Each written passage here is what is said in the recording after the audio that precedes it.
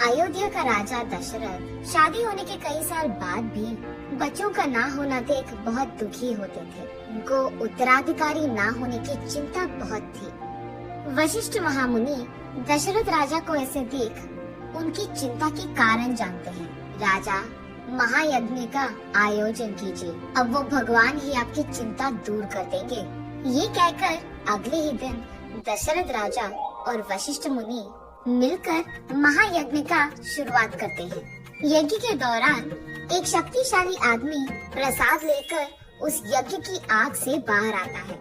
इस प्रसाद को अपने 3 बीवियों में बांट दो। ये कहकर प्रसाद को दशरथ राजा के हाथ में देते हैं।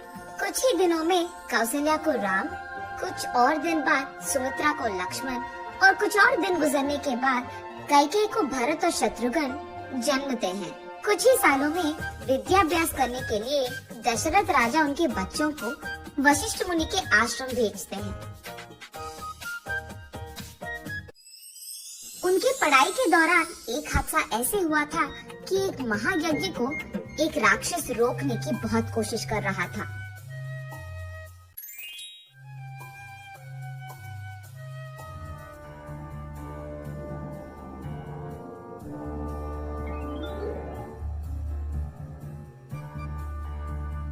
तब राम उसका ताकत और बुद्धि का इस्तेमाल करके उस राक्षस को खत्म कर देता है और यज्ञ के बीच कोई आपत्ति नहीं आने देता है। श्री राम की वीरता का वशिष्ठ महामुनि कदर करते हैं। दूसरी तरफ जनक महाराज सीता स्वयंवर के लिए डंडोरा पिटवाते हैं। ये जानकर राम के जन्मदिन के शुभ संदर्भ पे राम लक्ष्मण दोनों को सीता स्वयंवर ले जाते हैं। अत्यंत सुंदर सीता के लिए दूर दूर से राजाएं हाजिर होते हैं।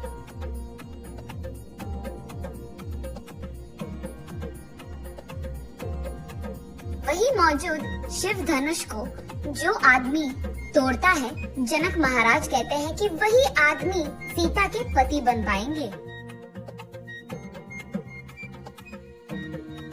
वही हाजिर बहुत सारे राजाएं उनकी अपनी अपनी ताकत का दिखावा करते हैं, लेकिन सारे कोशिश विफल होते हैं।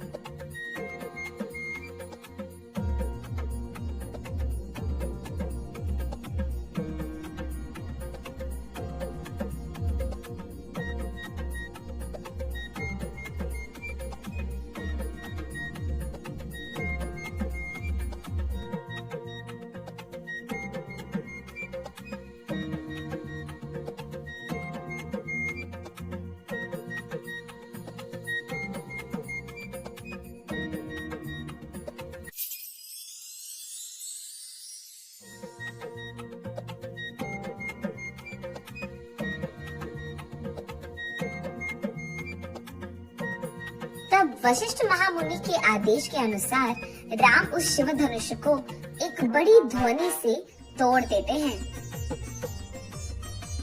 तब जनक महाराज सभी के आशीर्वाद से राम और सीता की शादी धूमधाम से करवाते हैं।